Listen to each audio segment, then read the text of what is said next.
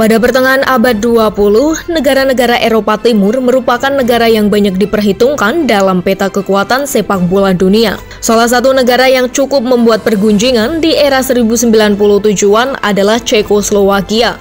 Negara yang kini sudah terpecah menjadi beberapa negara ini secara mengejutkan sukses memenangkan ajang Piala Eropa 1976 yang digelar di Yugoslavia. Ajang Piala Eropa 1976 merupakan edisi kelima. Sama seperti edisi sebelumnya, hanya 4 tim yang mengikuti putaran final.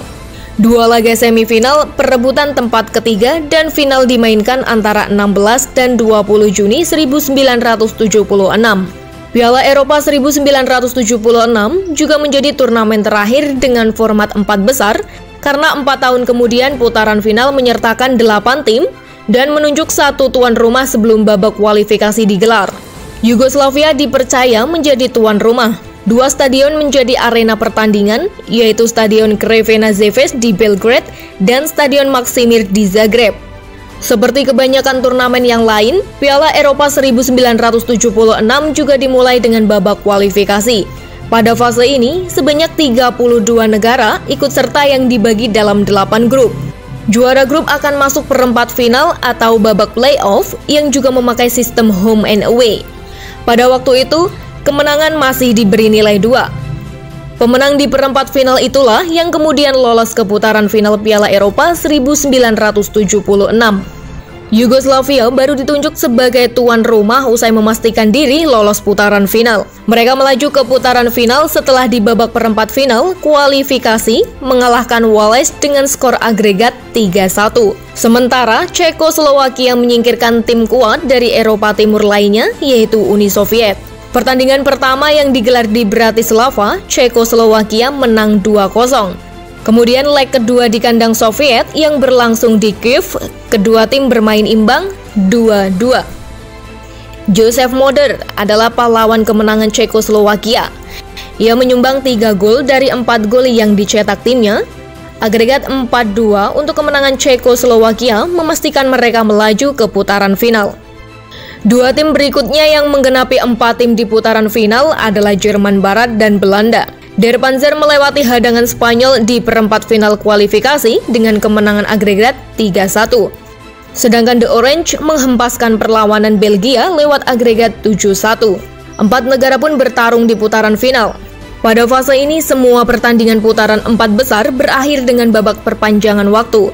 Sedangkan final ditentukan melalui adu penalti. Putaran ini juga dipuji karena memiliki kualitas tinggi. Jalan Cekoslowakia untuk tampil sebagai juara tidak mudah. Di pertandingan pertama, mereka harus bertemu Belanda di Zagreb. Di atas kertas, Belanda lebih diunggulkan karena diperkuat para bintang sepak bola pada masa itu. Dipimpin sang maestro Johan Cruyff, mereka masih punya nama sekaliber Johan Neeskens, Rob Rensenbrink, dan Johnny Rep. Selain itu, Belanda yang masih punya aroma dendam karena kekalahan menyakitkan dari Jerman Barat di Piala Dunia 1974 tentu akan mengerahkan segala kemampuan. Namun fakta berbicara lain. Seakan sudah menjadi takdir, di bawah hujan deras yang mengguyur Zagreb, Cekoslowakia membuat kejutan dengan menekuk Belanda 3-1 dan lolos ke final. Keberhasilan Antonin Panenka dan kawan-kawan tidak terlepas dari cara mereka meminimalisasi peran Johan Cruyff dan Wim van Hanegem yang menjadi tumpuan tim oranye. Dengan cara itu, Cekoslowakia mampu unggul terlebih dulu berkat gol yang diciptakan Anton Ondrus pada pertengahan babak pertama. Unggul 1-0, tim asuhan Václav Ježek sedikit di atas angin. Tetapi menginjak sejam pertandingan, Jaroslav Polak menerima kartu merah dan 13 menit berselang, Ondrus kembali mencetak gol. Namun kali ini ke gawang sendiri. Pertandingan memanas. Gelandang Belanda Johan Neeskens di kartu merah di menit 76 setelah menerjang Zdeněk Nehoda. Kekuatan kedua tim pun berimbang memasuki babak perpanjangan waktu. Pada 2 kali 15 menit, sekali lagi karakter Cekoslowakia yang diremehkan meluap. Ambisi Belanda untuk meraih kemenangan juga semakin sulit setelah Van Hanegem mendapat kartu merah di menit 115. Cekoslowakia pun akhirnya berhasil menundukkan Belanda berkat 2 gol tambahan yang diciptakan Zdeněk Nehoda dan František Vesely. Kekalahan itu membuat Belanda harus mengubur mimpinya untuk merebut trofi Piala Eropa. Sang pelatih, George Knobel, langsung mengundurkan diri dari jabatannya pada pagi hari setelah pertandingan. Cekoslowakia harus menunggu pemenang semifinal lainnya antara Jerman Barat melawan tuan rumah Yugoslavia. Pertandingan antara Jerman Barat melawan Yugoslavia tak kalah seru. Kota Belgrade nyaris menjadi kuburan bagi sang juara bertahan, Jerman Barat, setelah tertinggal 0-2 pada babak pertama.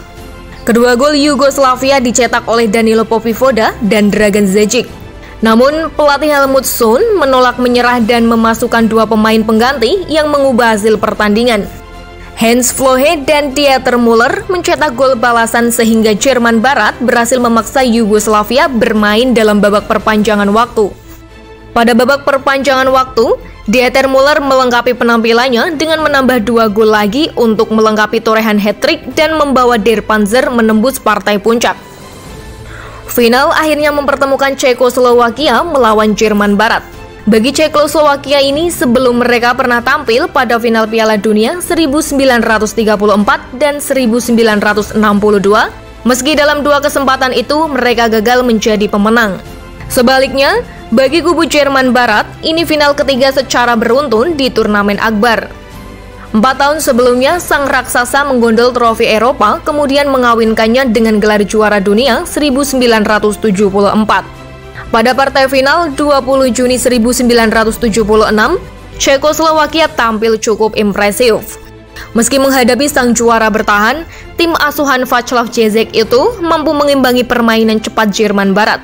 Bahkan mereka mampu unggul hanya dalam kurun waktu 8 menit berkat torehan Jan Ševčík. Karol Dobias kemudian menggandakan keunggulan Cekoslowakia pada menit ke-25. Namun 3 menit berselang, Jerman Barat mampu mengubah skor menjadi 2-1 melalui gol tendangan voli akrobatik Dieter Müller. Cekoslowakia tampaknya akan memenangkan pertandingan di waktu normal, tapi hal tak terduga terjadi. Jerman Barat berhasil menyamakan kedudukan 1 menit jelang peluit akhir berbunyi melalui gol Bernd Holzenbein setelah menyambut umpan tendangan penjuru Rainer Bonhoeffer. Skor 2-2 tetap bertahan hingga akhir babak perpanjangan waktu 2 kali 15 menit. Drama adu penalti pun dilakukan untuk mencari sang jawara. Sebagai informasi bahwa adu penalti di final Piala Eropa 1976 merupakan yang pertama digelar dalam sejarah sepak bola. Drama adu tos-tosan ini memunculkan ketegangan yang luar biasa. Ketegangan muncul saat penendang keempat dari Jerman Barat, Uli Hoeneß, gagal menunaikan tugasnya.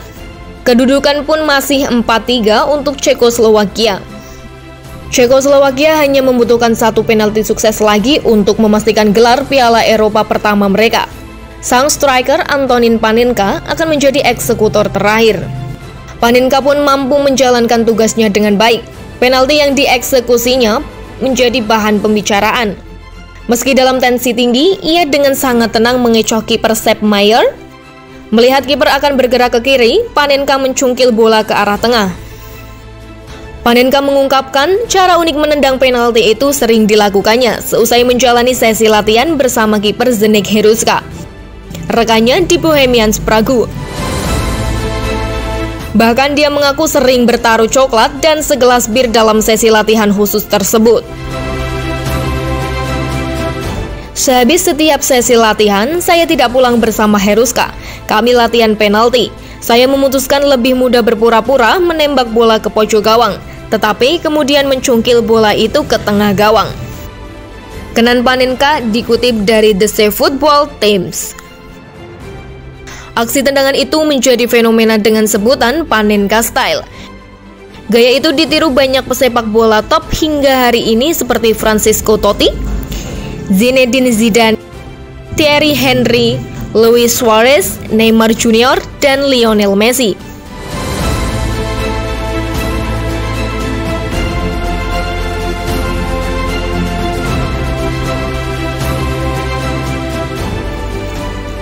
Bagaimana menurut kamu football lovers? Silakan tulis di kolom komentar.